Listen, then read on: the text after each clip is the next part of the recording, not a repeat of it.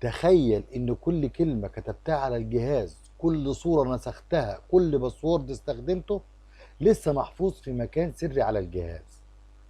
ببساطة اي حاجة بتنسخها بتتحفظ في سجل اسمه الكليب بورد هيستوري. ده معناه ايه؟ معناه انه اي حد يقدر يشوف كل اللي بتنسخه ونسخته قبل كده، حتى باسورداتك وصورك واي حاجة حساسة. طيب الحل ايه؟ الحل زي ما هنشوف دلوقتي. لو انا على الويندوز بعمل ايه؟ بضغط من الكيبورد زرار الويندوز مع حرف الفي، هيظهر لي الكليب دي. اعمل ايه بقى انا عشان اعمل مسح نهائي؟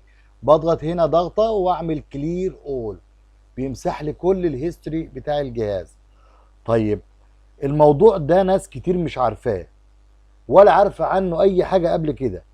اعملها بقى دلوقتي وشارك الفيديو مع اصحابك قبل ما يكون فات الاوان. الخصوصيه بتاعتك مش لعبه، احميها دلوقتي. سلام.